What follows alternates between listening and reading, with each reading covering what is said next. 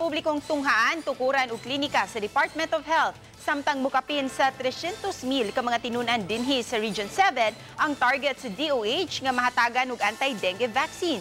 Ani ang report ni Alan Domingo.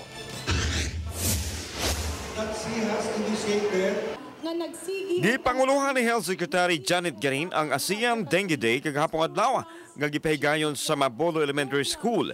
Gipaniguro ni Garin nga sa dili pa matapos ang tuig mahatagan og dengue vaccine ang mga grade 4 students sa rehiyon ilabi na sa Sugbo. Before full implementation in the schools, i-training usa namo ang inyo mga maestra, ang inyo mga health workers, ang part of the Parents Teachers Association, because we also have to inform everybody unsay inyo expectations. Gipanghimugatan sa Department of Health ang kaminungdanon sa mga programa nga maghatag og kasiguruhan sa panglawas sa katawhan. Subay nini, kinakdang mutukod og mga klinika ang ahensya sa mga pampublikong tunghaan aron matiman ang matinunan pinaagi sa pagpakikalayon sa DepEd. Ang DOH should not be limited to DOH alone.